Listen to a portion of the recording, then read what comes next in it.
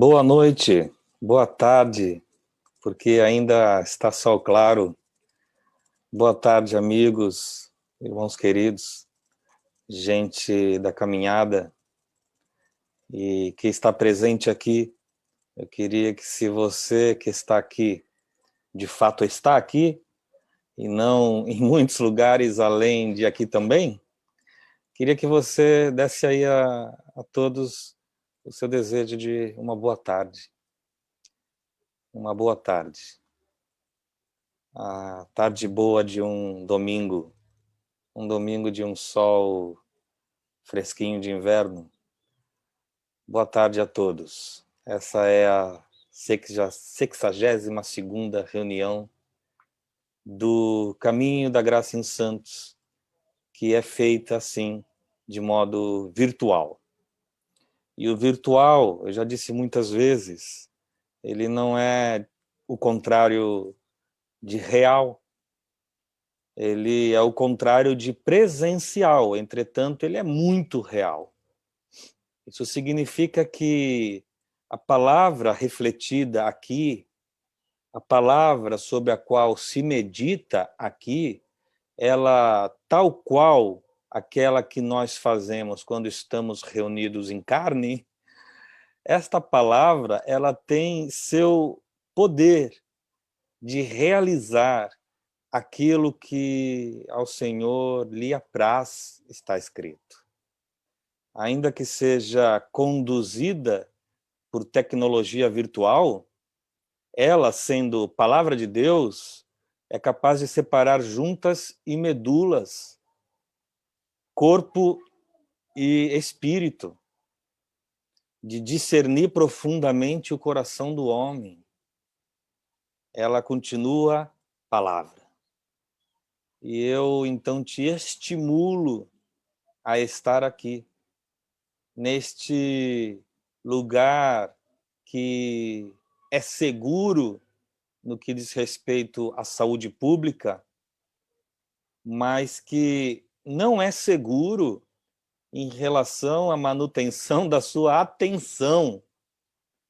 Sei disso porque sou professor universitário, dou aula online o tempo inteiro, e na hora que vou conferir o quanto do conhecimento passado foi de fato assimilado, eu fico com a infeliz constatação de que há muita distração no ambiente online, muita distração.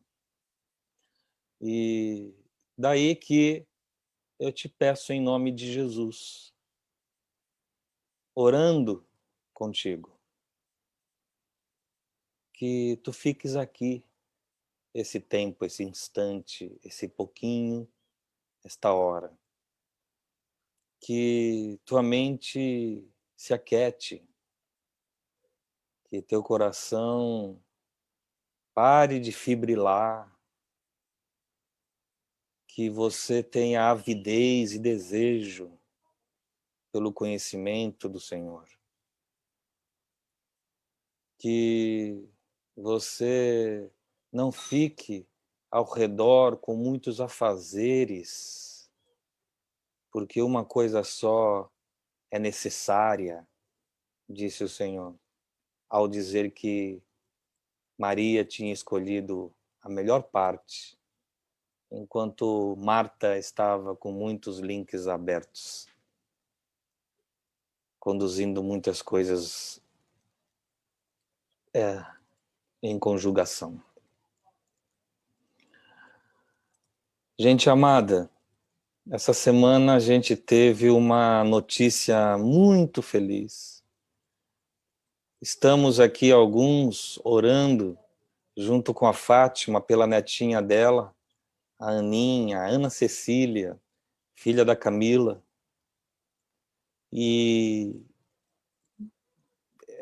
eu entendo como para uma avó é muito difícil ver a netinha sofrendo todo dia, punçada, né, para tomar injeção, para colher sangue, e uma infecção que vai crescendo e não se debela, Então o susto vai aumentando, o diagnóstico de pielonefrite, envolvendo o rinzinho de uma neném de 2 aninhos, só pode fazer com que a gente fique com o coração na mão, só pode fazer com que a gente fique debaixo de muito choro e perturbação. E é assim que a família esteve, mas ainda assim, no Senhor. Não é porque uma pessoa está no Senhor que ela, então, cheia de fé, só consegue falar palavras de afirmação. Não, há lamento também. É choro, preocupação, insônia. Ainda assim, no Senhor, porque é esperando que alguma coisa venha da parte dele, que nos possa salvar, que nos possa curar. Então, eu dou graças a Deus, junto com a Fátima, que já se manifestou aí no grupo, agradecendo, que a Aninha está completamente curada. Graças a Deus, o susto, um susto grande, né, de idas e vindas no hospital até receber alta, o susto passou e ela está bem. Ela está bem. Então, é um alívio, porque nós passamos a semana orando por, por muita gente, né? Veja, na verdade, pessoal, o que está acontecendo aqui na minha casa é semelhante ao que está acontecendo na casa de todo mundo. Seja no meu celular ou no celular da Sabrina, a gente recebe o tempo inteiro os boletins médicos dos amigos que estão internados com Covid-19 ou enfrentando as complicações da contaminação por Covid-19. E cada vez que o boletim chega, é um momento de apreensão. Estamos orando, essa semana orando e percebendo a progressão lenta, mas contínua do nosso irmão querido Alexandre, que caminhou por décadas conosco, e o boletim chega e então você percebe, dia após dia, que vai havendo uma melhora, mas é uma melhora lenta, é uma melhora sofrida. Então a gente intensifica as orações a Deus para curá-lo plenamente, para restaurá-lo por completo, para tirá-lo do leito de enfermidade e da sombra da morte sobre ele. E vamos com fé, devotando a Deus essa oração, ainda que ao redor de nós a gente esteja vendo o mundo desabando. Ainda que ao redor de nós a gente esteja vendo uma quantidade de entubados que sai para o cemitério quase tão grande quanto aqueles que voltam para casa e eventualmente mais. Então não importa, não importa. Eu tive meu pai na mesma condição até o boletim final de óbito. Não importa, a gente vai orando, desejando e pedindo. Uma vez e um dia eu orei, Deus, já é a mesma coisa que eu volto aqui para te pedir. O tempo inteiro a mesma coisa. Cura o Alexandre. O Alexandre completa hoje 44 anos, ele está entubado e sedado. Já não tem mais Covid, não é capaz de transmitir, foi transferido de UTI e vai melhorando todos os parâmetros lentamente. Agora sua família já pode vê-lo ali, depois de muito tempo sem poder ver. Que agonia! Eu devo a essa família, a família Volpone, muitas coisas. Quando eu morava em Madrid, e eles viviam aqui, nesse apartamento que vocês estão vendo aqui atrás de mim, viviam aqui.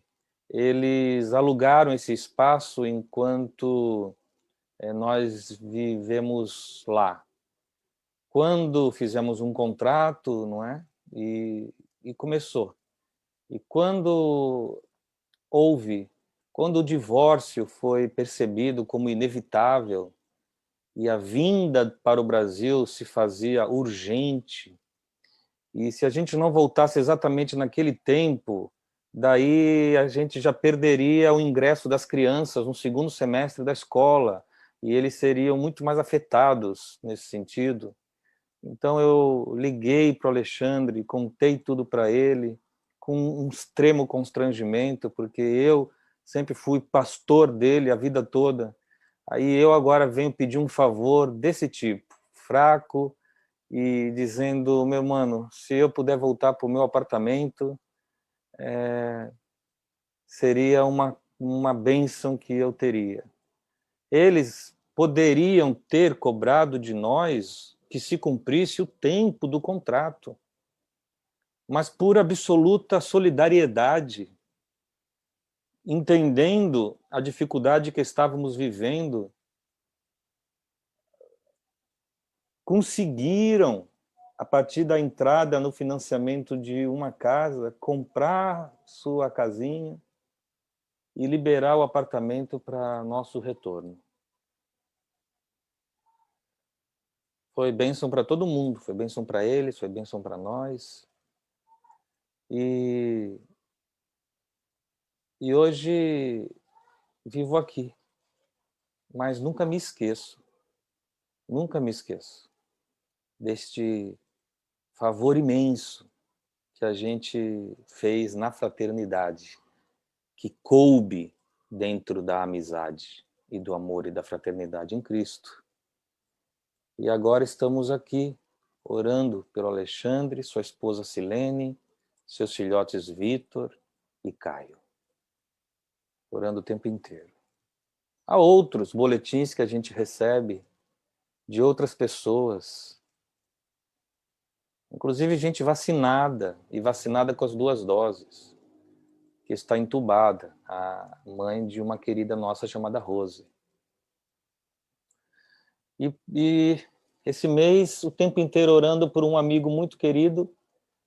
Não pensem que eu não estou já falando o que queria falar, essa já é a reflexão.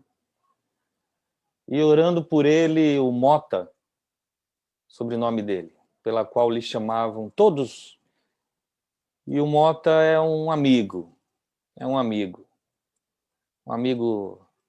de uma alegria impressionante, de um coração imenso. E da última vez que esteve comigo, uns 3 dias antes de se vacinar, ele dizia os planos que tinha 59 anos, ia trabalhar até os 70, e depois dos 70 não ia mais trabalhar, que aí ia pegar a mulher dele, ia andar de Harley Davidson por aí, e trabalha na Harley Davidson por causa da alegria que tem com as motos, então mesmo aposentado como já está, queria ali se entreter, trabalhando ali, assistindo, recebendo as pessoas, para se ocupar. Também já foi Uber, uma vez chamei um Uber para ir para a Praça Mauá, na Ação do Coração, quando entro no Uber, é o Mota, e foi uma alegria, uma alegria. E aí ele foi vacinado, no dia seguinte já estava todo gripado, pensou que era efeito da vacina, mas não era. Há uns 3 dias antes de ser vacinado, ele pegou Covid. E aí foi para o hospital porque faltava o ar e começou no catéter, do catéter para a máscara, e da máscara para intubação e sedação, e agora um dia prona, outro dia não prona, e volta, e o oxímetro não muda, e não muda, e não muda, e o Mota faleceu. Faleceu há 2 dias. Então, eu fico pensando comigo, eu não orei pelo Alexandre mais do que eu orei pelo Mota. Nem orei pelo Mota mais do que tenho orado pelo Alexandre. Nem acredito que o Alexandre tem um círculo de fogo de oração onde nós batalhamos, que seja muito maior do que aquele que havia ao redor da vidinha do Mota. Um viveu, o outro não. Um viveu e viverá, e outro morreu. Então eu coloquei aí para vocês lerem um versículo aí nos comentários, que o Caio pode também pregar aqui na tela, lá em Romanos, no capítulo 14, no verso 7 em diante, onde Paulo ele é muito singelo, muito simples, muito direto em relação à forma de pensar no Evangelho. E aí está escrito: pois nenhum de nós vive apenas para si, e nenhum de nós morre apenas para si. A nossa vida não é ensimesmada, não quer dizer que existe só por si mesma. Nós não somos simplesmente seres orgânicos, é que o Paulo está dizendo. E que as coisas que nos acontecem no organismo não significam que são só coisas do organismo. Nós não somos só a mera junção de elementos químicos que nos constituem, não somos as coisas físicas que nos transformam em corpo, pois nenhum de nós somos só o que somos, e nenhum de nós, quando morre, deixa de ser todas essas coisas que para si era. É isso que ele está dizendo para concluir. Se vivemos, para o Senhor vivemos. E se morremos, para o Senhor morremos. Desse modo, quer vivamos, quer morramos, somos do Senhor. Amém? É uma declaração de fé, é uma declaração de vida, é uma declaração de filosofia de vida, é uma declaração que resume, simplifica e sintetiza o Evangelho. Somos do Senhor, não importa a circunstância em que estamos, não importa nem a circunstância em que somos, se vivos ou mortos, do Senhor somos, pertencemos a Ele, nada nos afasta dele, vida não nos separa dele, morte não nos distancia dele. Nada pode nos separar do amor de Deus que está em seu Filho, Jesus Cristo, a quem pertencemos, de quem somos para sempre, de quem recebemos um selo permanente, um carimbo que não se apaga.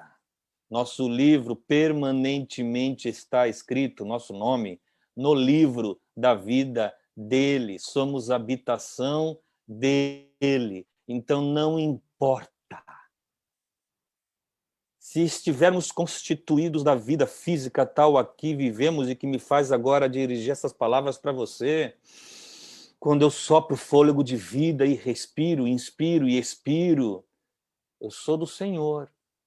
Mas se eu passo daqui, e se esse órgão e este corpo e esse tabernáculo se destitui, se pulveriza, se desfaz, se torna pó, volta ao barro, entretanto, pertenço ao Senhor.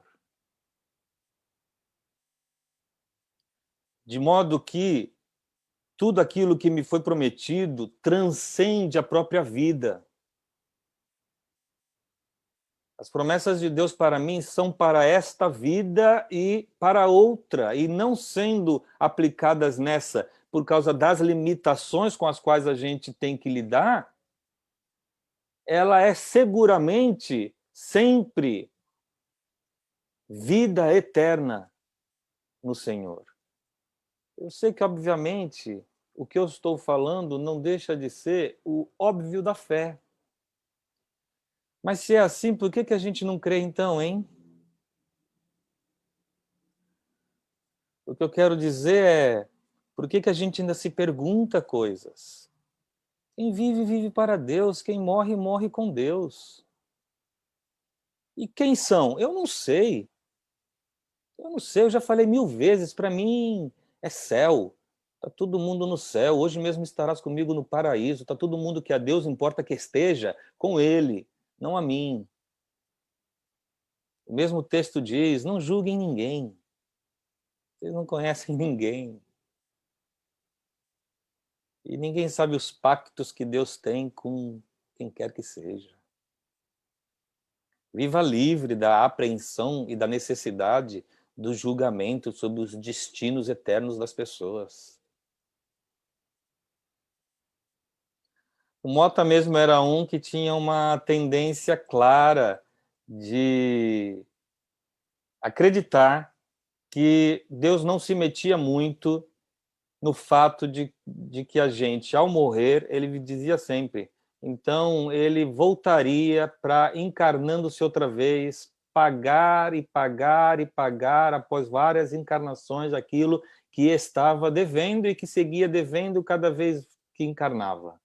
Entretanto, ele também sabia que eu era constituído de outra configuração de fé, naquela a qualquer que crê que a misericórdia triunfa sobre o juízo e que o perdão de Deus é pleno e que toda a nossa dívida está paga por Jesus na cruz e que ninguém morre para pagar, as pessoas morrem para receberem da parte dele o perdão que nele foi instituído quando ele morreu a nossa morte, a morte que morreríamos, essa em dívida. Ele tomou sobre si e morreu pelas nossas transgressões, pelas transgressões de todos aqueles que creem.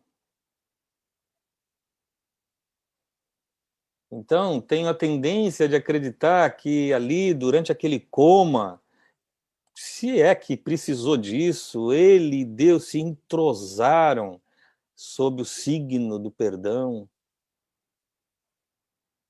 que é a boa notícia, muito melhor do que qualquer parcelamento da dívida por meios de vidas a serem vividas.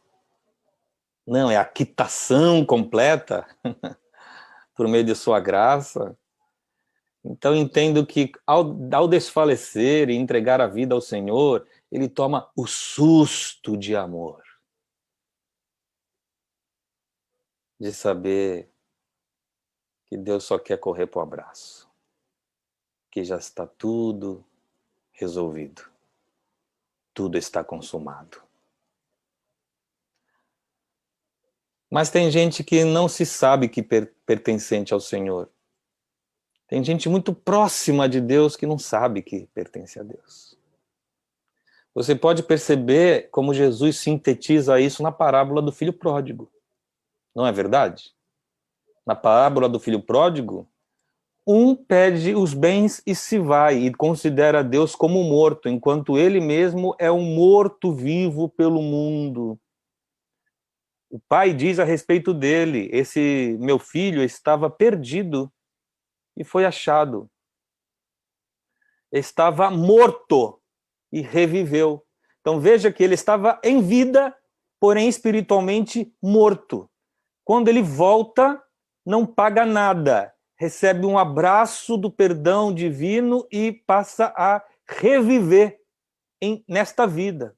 O irmão, entretanto, se enciuma porque o pai dá coisas ao filho, e entre elas um churrasco na qual ele mata ali um cordeirinho, uma cabritinha. E aí o mais velho disse, nunca me deste, e eu estou aqui há 30 anos dentro da igreja te servindo, sem nunca ter me desviado, nem para a direita e nem para a esquerda. É sempre aqui, ó, na linha, fingindo que estava vivo, mas estando morto.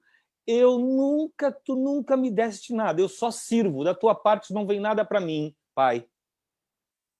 Eu não sei quem foi capaz de agredir mais o pai, o mais novo ou o mais velho, com aquilo que disse ou quis dizer. Mas o pai responde para ele: filho, tu sempre estás comigo. Mas ele, o garoto, não percebia. Estava ocupado demais com as coisas de Deus para saber que estava com Deus. Tu sempre estás comigo e tudo que é meu é teu. Tudo que é meu te pertence. Não é necessário que eu te dê uma cabritinha, porque tudo é teu. Por isso que eu digo que falta para alguns aqui percepção de real pertencimento a Deus. O perdão de Deus é teu.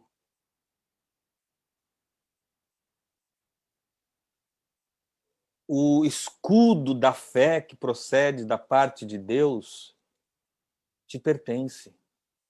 Não tem diabo que toque na tua vida. Diabo nenhum, inferno algum tem decisão sobre qualquer coisa que venha te acontecer. O que parece obra do acaso procedeu de Deus. O que é mal coopera para o bem. E aquilo que é muito mal, de modo que eu não vejo cooperar para o bem de modo algum, é mal só até onde Deus deixou ser mal, porque, na verdade, nós pertencemos ao Senhor. E se ao final dessa história a gente morre, se vivemos, para o Senhor vivemos. Se morremos, para o Senhor morremos. Porque quer vivamos, quer morramos, somos do Senhor. E o seu nome seja louvado. Seja sempre engrandecido na tua boca e no teu coração. De todos aqueles que pertencem, de todos aqueles que são em fé. Você que está fraco, que parece que não está, Deus não precisa que você sinta para que você seja. Você é do Senhor.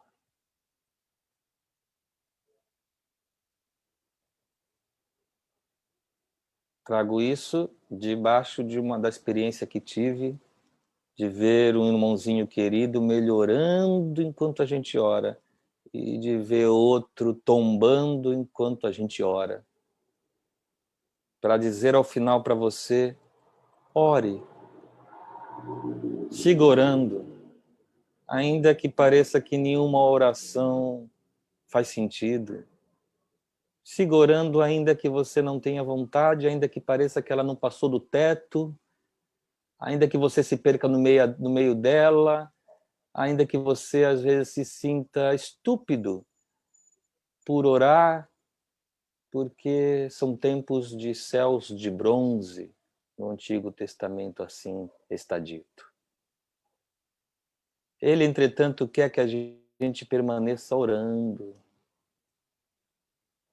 Ele já sabia tudo o que ia acontecer no jardim do Getsemane na quinta, e como na sexta, então, sofreria na mão dos sacerdotes, e como seria entregue às autoridades, e como seria crucificado. Ele já sabia que depois, ao terceiro dia, ressuscitaria. Os desígnios de Deus já estavam postos para ele como certeza de futuro e destino.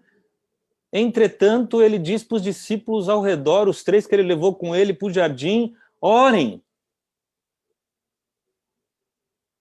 E aí ele se afasta e vai orar e soa sangue, entra em pânico e enfrenta o diabo. E ele volta, eles estão dormindo de tristeza, mas ele diz, nem uma hora vocês podem orar, por favor, orem.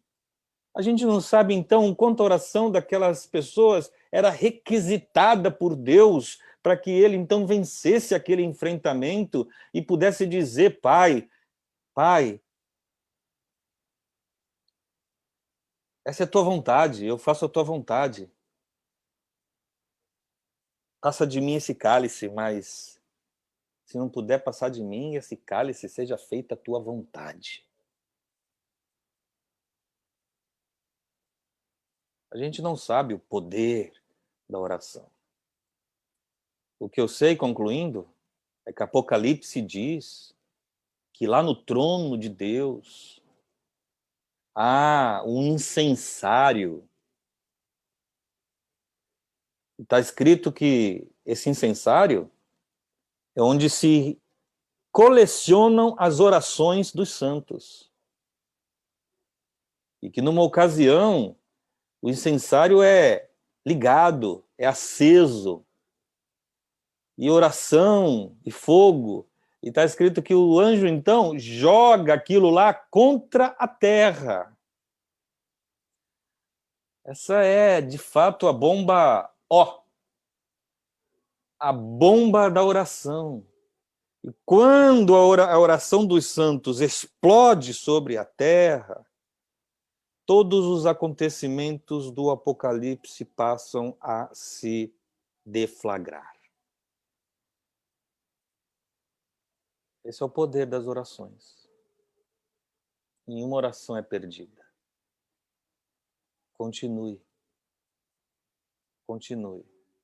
Vou pedir para o Caio colocar uma música. Enquanto você segue refletindo nisso, e não perca a esperança. Não perca a esperança jamais. O Senhor te abençoe e te guarde, o Senhor resplandeça sobre o teu rosto a sua luz e te dê a paz. O Senhor te dê uma semana de saúde e de prosperidade. Sejam prósperos todos em seus negócios, como prósperos são em seu coração com Deus. O Senhor te cure, o Senhor fortaleça e restaure tua casa. O Senhor seja contigo, hoje e sempre. Em nome de Jesus.